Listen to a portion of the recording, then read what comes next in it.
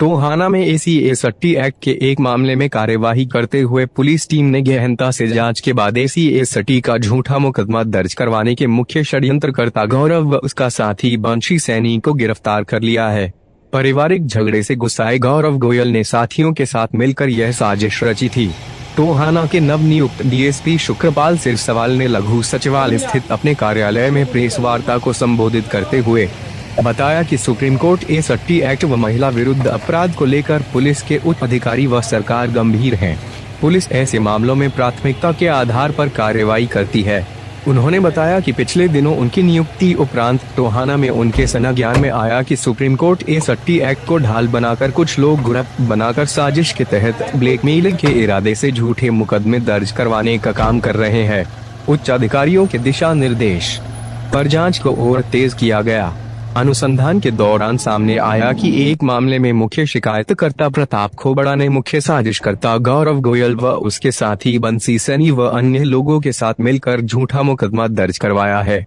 इस दौरान एक वायरल ऑडियो भी जांच में शामिल की गई, जिसमें गौरव गोयल किसी से बात करते हुए अपने विरोधियों के विरुद्ध साजिश के तहत सुप्रीम कोर्ट A60 का झूठा मुकदमा करवाए जाने की बात कहता हुआ साफ सुनाई दे रहा है।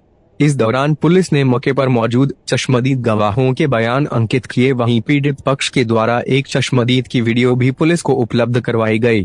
DSP ने बताया कि इस मामले में जांच के दौरान जब उन्होंने गौरव गोयल व उसके साथी बंसी सैनी को पूछताछ के लिए बुलाया तो गौरव गोयल ने बताया कि उसके चाचा के लड़के के ससुराल पक्ष का हमारे परिवार के साथ मनमुटाव चल रहा है, जिसकी वजह से शहर में हमारी छवि खराब हुई है। इसलिए साजिश के तहत उसने अपने साथी प्रताप खोबड़ा व अन्य के साथ मिलकर सुप्रीम कोर्ट A60 एक्ट का झूठा मामला दर्ज करवाया, क्योंकि प्रताप खोबड़ा अनुसूचित जाति से संबंध रखता है। DSP टोहाना शुक्रपाल सिरसवाल ने बताया कि इस मामले में पुलिस ने मुख्य षड्यंत्रकर्ता गौरव गोयल व उसके साथी बंसी सैनी को गिरफ्त में ले लिया है। वही झूठा मुकदमा दर्ज करवाने वाले मुख्य आरोपी प्रताप खोबड़ा की तलाश में टीमें गठित कर दी गई है। DSP ने बताया कि प्रताप खोबड़ा ने झूठे मामले में आरोपियों की गिरफ्तारी का दबाव बनाने के लिए टोहाना के लघु सचिवालय के सामने अपने साथियों सहित धरना लगाया था, मगर जैसे ही गौरव गोयल से इस मामले में खुलासा हुआ तो प्रताप खोबड़ा धरना छोड़कर अपने साथियों सहित गायब हो गया। पुलिस उसकी तलाश में जुटी है। उन्होंने बताया कि झूठे मुकदमों में पुलिस उलझी रहती है, जिसकी वजह झूठे मामलों में ही पुलिस का बहुत सा समय होती हैं, जिसके कारण सच्चे मुकदमों को निपटाने में भी अनावश्यक देरी का सामना पुलिस को करना पड़ता है। इसलिए इस कार्यवाही व कार्यप्रणाली को आगे भी जारी रखा जाएगा।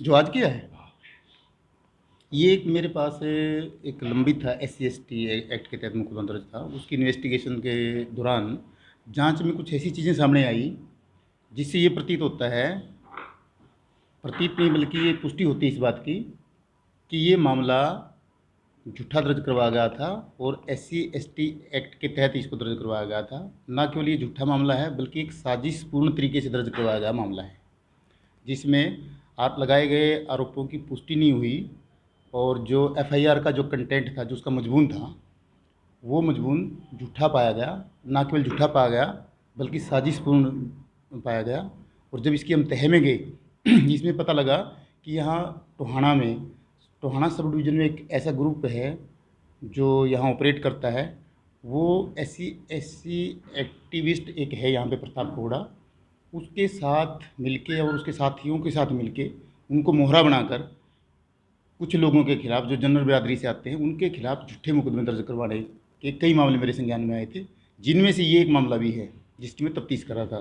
तो इस दौरान जब तफ्तीश में सारी चीज़ें की पुष्टि हो चुकी है कि ये मामला एक साजिशपूर्ण मामला था, एक मामला झूठा मामला था जो अपने विरोधी पक्ष को प्रताड़ित करने की नीयत से, उसको ब्लैकमेल करने की नीयत से दर्ज करवाया गया था।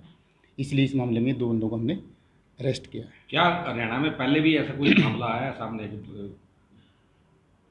जरूर आया होगा।